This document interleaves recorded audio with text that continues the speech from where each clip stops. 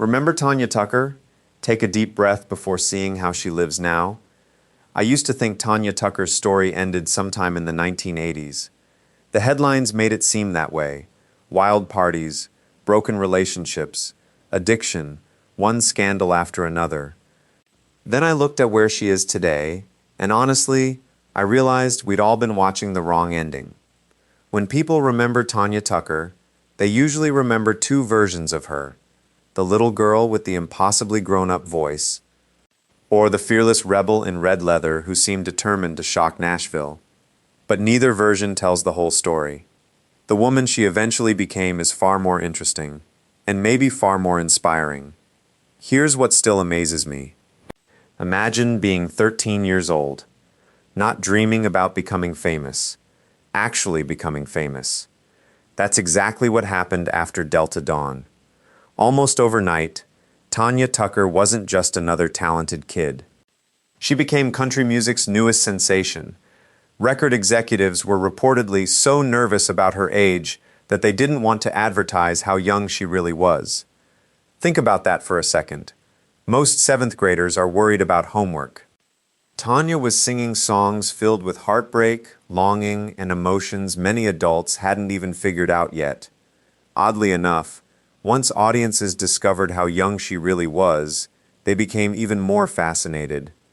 I kept asking myself one question: what does fame do to someone whose childhood barely has time to exist? The answer isn't simple. Her father, Bo Tucker, believed in her from the beginning.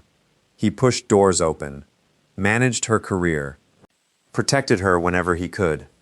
Without him, Tanya probably never becomes a star. But success arrived at a speed nobody could truly control. One hit became another. What's Your Mama's Name? Blood Red and Going Down. Then suddenly she wasn't just a successful singer, she was one of country music's biggest attractions.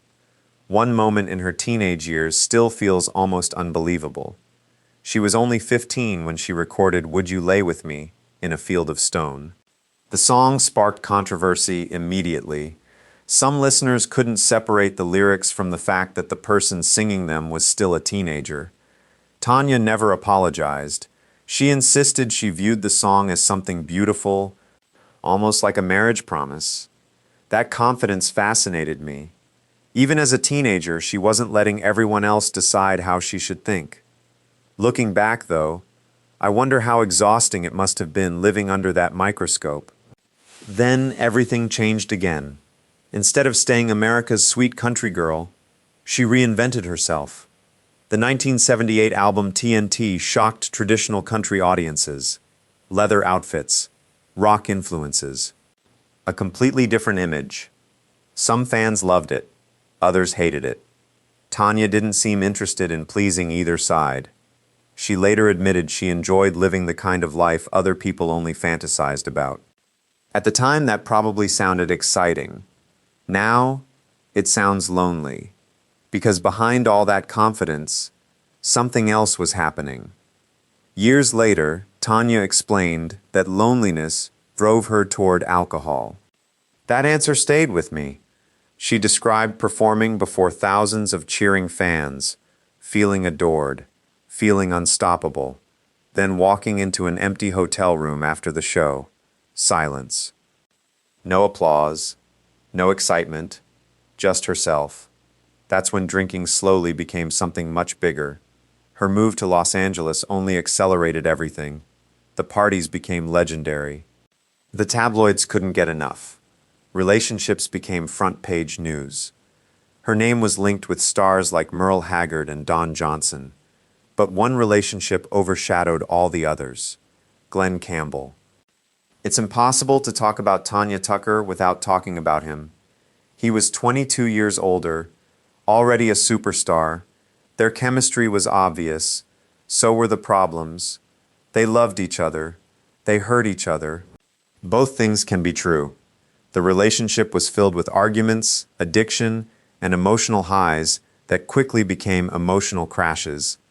At one point, Tanya even filed a lawsuit after alleging Campbell knocked out one of her front teeth during an altercation. Years later, they remembered the relationship very differently. Campbell described it as one of the darkest periods of his life. Tanya continued calling him the love of her life. That contrast tells you everything. Sometimes two people live through the same relationship, but carry completely different memories forever. By the early 1980s, Tanya's career was slipping. The music wasn't making headlines anymore. Her personal life was. Cocaine and alcohol gradually took control. The wild child image that once sold magazines started damaging her career. Even her father finally gave her a painful reality check. He reportedly told her the reputation she'd built was making record labels hesitate. Imagine hearing that from the person who believed in you first. That must have hurt. What impresses me most isn't that she fell, it's that she eventually stood back up. In the mid-1980s, Tanya fought her way back. She signed with Capitol Records. The hits returned. One Love at a Time, Just Another Love, If It Don't Come Easy, Strong Enough to Bend, one after another. But success wasn't the biggest victory. Getting sober was. With her family's encouragement, she entered the Betty Ford Center. That decision changed everything. Sometimes the bravest thing a person ever does happens completely away from cameras. Then came one of those moments that almost feels written for a movie. In 1991, Tanya Tucker won the Country Music Association's Female Vocalist of the Year award. On that very same day, she gave birth to her son.